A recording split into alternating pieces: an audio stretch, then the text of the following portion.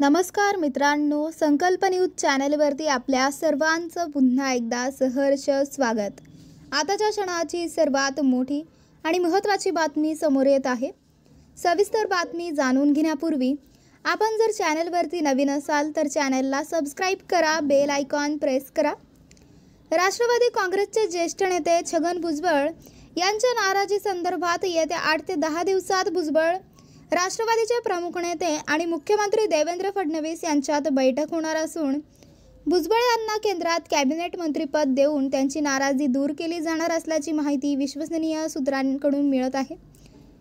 नाराज भुजबळ यांनी कोणताही वेगळा निर्णय घेऊ नये, माहितीतील ऐक्य कायम राहावे यासाठी फडणवीस यांनीच पुढाकार घेतला असून भुजबळ यांना राज्यसभेवर पाठवून केंद्रात मंत्री करण्याचा तोडगा काढला आहे।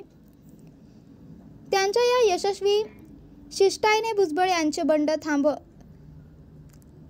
थंडावण्याची शक्यता आहे। सरकारमध्ये मंत्रिपद नाकारल्यामुळे भुजबळ नाराज आहेत। मंत्रिपद न मिळाल्याने नागपूरमधील हिवाळी अधिवेशनातून पहिल्याच दिवशी काढता पाय घेऊन भुजबळ यांनी पक्षाचे राष्ट्रीय अध्यक्ष अजित पवार यांच्यावर हल्ला चढवला। अधिवेशन सोडून नाशिकमध्ये आल्यानंतर त्यांनी समर्थकांचा मेळावा घेतला।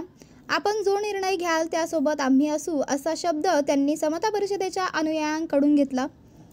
भुजबळ यांनी त्यानंतर राज्यातील तसेच देशातील ओबीसी नेत्यांशी संपर्क साधण्यास सुरुवात केली। काही नेत्यांनी त्यांना समर्थन दिल्याने भुजबळ मोठा निर्णय घेणार असल्याचे सांगण्यात येत आहे। भुजबळ यांना राष्ट्रवादी काँग्रेस शरदचंद्र पवार पक्षासह शिवसेनेची दारे खुली असल्याची वक्तव्ये त्या पक्षातून आली। तर दुसरीकडे काही ओबीसी नेत्यांनी भुजबळांनी एकतर भाजपामध्ये जावे किंवा ओबीसीचा स्वतंत्र पक्ष स्थापन करून रस्त्यावर संघर्ष करावा असा सल्ला दिला। भुजबळांना राज्यात किंवा केंद्रात मंत्रिपद देऊन ओबीसीचा सन्मान करावा अशी मागणीही काही ओबीसी नेत्यांनी केली। त्यात ओबीसी महासंघाचे अध्यक्ष बबनराव तायडे, प्रकाश शेंडगे, लक्ष्मण हाके आदी नेत्यांचा समावेश होता। काँग्रेसमधील विजय वडेट्टीवार, नाना पटोले तर महसूल मंत्री व भाजप नेते चंद्रशेखर बावनकुळे यांच्यासह काही नेत्यांनी भुजबळ यांची पाठराखण केल्याचे या दरम्यान दिसून आले। राष्ट्रवादी काँग्रेसचे लोकसभेत एक तर राज्यसभेत 6 खासदार, 3 खासदार आहेत। राष्ट्रवादीला केंद्रात 1 मंत्री दिले जाणार होते, त्यासाठी पटेल यांचे नाव निश्चितही झाले होते। मात्र केंद्रात दोनदा कॅबिनेट मंत्री सांभाळलेल्या प्रफुल्ल पटेल यांनी राज्यमंत्री पद स्वीकारण्यास नकार दिल्याने पक्षाच्या वाट्याचे 1 मंत्रीपद शिल्लक आहे। भुजबळ यांना लोकसभा निवडणूक लढवायची होती पण उमेदवारीच दिली गेली नाही।